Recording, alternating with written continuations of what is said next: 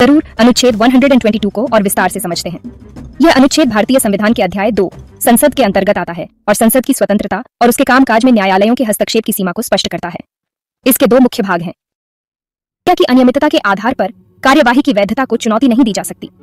इस खंड का सीधा अर्थ है कि यदि संसद में कोई विधायी या अन्य कार्यवाही चल रही है और उस कार्यवाही में प्रक्रिया संबंधी कोई त्रुटि या अनियमितता हो जाती है तो उस आधार पर न्यायालय में उस कार्यवाही की वैधता को चुनौती नहीं दी जा सकती। प्रक्रिया की अनियमितता क्या है? इसका तात्पर्य संसद के नियमों, प्रक्रियाओं और कार्य संचालन के स्थापित तरीकों में किसी प्रकार की चूक या विचलन से है। उदाहरण के लिए किसी विधेयक पर चर्चा के लिए निर्धारित समय का उल्लंघन, मतदान की प्रक्रिया में कोई तकनीकी खराबी या नियमों के अनुसार सदस्यों को सूचित न करना आदि प्रक्रियात्मक अनियमितताएं हो सकती हैं। इसका उद्देश्य क्या है? इस प्रावधान का मुख्य उद्देश्य संसद को अपने आंतरिक कामकाज को बिना किसी बाहरी हस्तक्षेप के संचालित करने की स्वतंत्रता देना है। यदि छोटी छोटी प्रक्रियात्मक त्रुटियों के आधार पर संसद की कार्यवाही को न्यायालय में चुनौती दी जाने लगे तो संसद का कामकाज बाधित हो सकता है और विधायी प्रक्रिया में अनावश्यक देरी हो सकती है। संविधान निर्माताओं ने यह सुनिश्चित करना चाहा कि संसद अपने नियमों और प्रक्रियाओं के अनुसार स्वयं ही अपनी कार्यवाही को विनियमित करे। क्या इसका मतलब है कि संसद कुछ भी कर सकती है? नहीं, इसका यह मतलब बिल्कुल नहीं है कि संसद मनमानी कर सकती है या संविधान का उल्लंघन कर सकती है। यह खंड केवल प्रक्रियात्मक अनियमितताओं तक ही सीमित है। यदि संसद कोई ऐसा कानून बनाती है जो स्वयं संविधान के प्रावधानों का उल्लंघन करता है तो उस कानून की वैधता को न्यायालय में चुनौती दी जा सकती है। न्यायालय को यह अधिकार है कि वह यह जांच करे कि कोई कानून संविधान के अनुरूप है या नहीं। अनुच्छेद 122 केवल संसद की आंतरिक प्रक्रियात्मक मामलों में न्यायालयों के हस्तक्षेप को रोकता है। संसद के अधिकारियों और सदस्यों को उनकी शक्तियों के प्रयोग के लिए न्यायालय के अधीन नहीं किया जाएगा। यह खंड संसद के अधिकारियों जैसे अध्यक्ष, उपाध्यक्ष, सभापति, उपसभापति और सदस्यों को उन शक्तियों के प्रयोग के लिए न्यायालय के अधिकार क्षेत्र से बाहर रखता है जो उन्हें संविधान या संसद के नियमों के तहत प्रक्रिया या कार्य संचालन को विनियमित करने या व्यवस्था बनाए रखने के लिए दी गई है।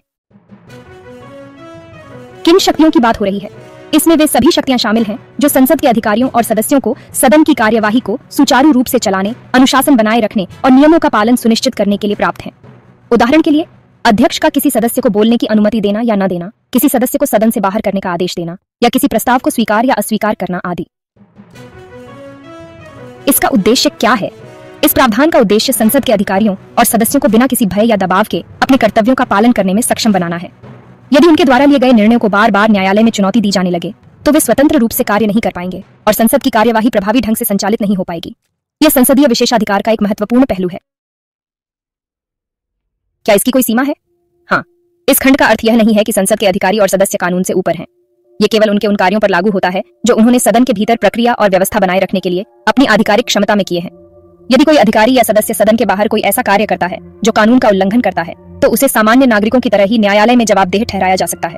इसके अतिरिक्त यदि उनके द्वारा शक्तियों का दुरुपयोग किया जाता है या दुर्भावनापूर्ण इरादे से कोई निर्णय लिया जाता है तो ऐसे मामलों में न्यायालय हस्तक्षेप कर सकता है। हालांकि ऐसे हस्तक्षेप के लिए बहुत मजबूत आधार की आवश्यकता होती है। संक्षेप में अनुच्छेद 122 यह सुनिश्चित करता है कि संसद अपने आंतरिक कामकाज और प्रक्रियाओं को स्वयं नियंत्रित करे और न्यायालय सामान्य प्रक्रियात्मक अनियमितताओं के आधार पर उसमें हस्तक्षेप न करे। संसद के अधिकारी और सदस्य सदन के भीतर अपनी आधिकारिक शक्तियों का प्रयोग बिना किसी न्यायिक भय के कर सकें ताकि वे सदन की कार्यवाही को सुचारू रूप से चला सकें। यह अनुच्छेद शक्ति पृथक्करण के सिद्धांत का समर्थन करता है जिसके तहत सरकार के 3 अंगों कार्यपालिका, विधायिका और न्यायपालिका को अपने अपने क्षेत्रों में स्वतंत्र रूप से कार्य करना चाहिए। अनुच्छेद 122 न्यायपालिका के हस्तक्षेप को सीमित करके संसद की स्वतंत्रता को बनाए रखने में महत्वपूर्ण भूमिका निभाता है। मुझे उम्मीद है कि यह विस्तृत व्याख्या आपको अनुच्छेद 122 को बेहतर ढंग से समझने में मदद करेगी। यदि आपके कोई और प्रश्न हैं तो बेझिझक पूछें।